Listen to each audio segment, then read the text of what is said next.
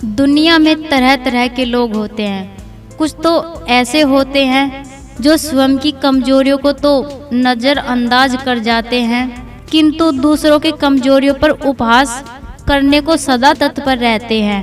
वास्तविकता का अनुमान लगाए बिना वे दूसरों की कमजोरियों पर हंसते हैं और अपने तीखे शब्दों के बाणों से उन्हें ठेस पहुंचाते हैं, किंतु जब उन्हें यथार्थ का तमाचा पड़ता है तो सिवाय गलाने के उनके पास कुछ शेष नहीं बचता।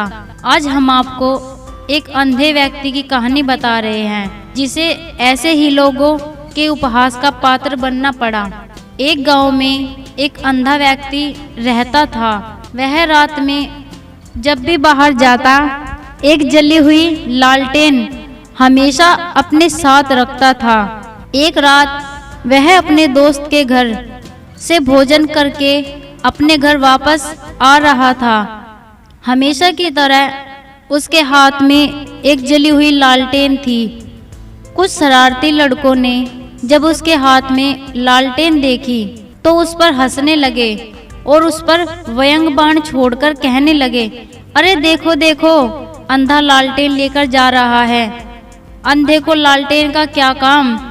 उनकी बात सुनकर अंधा व्यक्ति ठिठक गया और नम्रता से बोला, सही कहते हो भाइयों, मैं तो अंधा हूँ, देख नहीं सकता।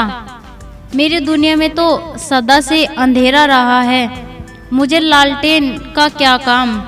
मेरी आदत तो अंधेरे में ही जीने की है, लेकिन आप जैसे आँखों वाले लोगों को तो अंधेरे में जीने की आदत नहीं होती। आप लोगों को अंधेरे में देखने में समस्या हो सकती है। कहीं आप जैसे लोग मुझे अंधेरे में देख ना पाए और धक्का दे दे तो मुझ बेचारे का क्या होगा। इसलिए ये लालटेन आप जैसे लोगों के लिए लेकर चलता हूँ, ताकि अंधेरे में आप लोग मुझ अंधे को देख सके। अंधे व्यक्ति की बात सुनकर वे लड़के शर्मसार हो गए और उससे क्षमा मांगने लगे। उन्होंने प्रण किया कि भविष्य में बिना सोचे समझे किसी से कुछ नहीं कहेंगे।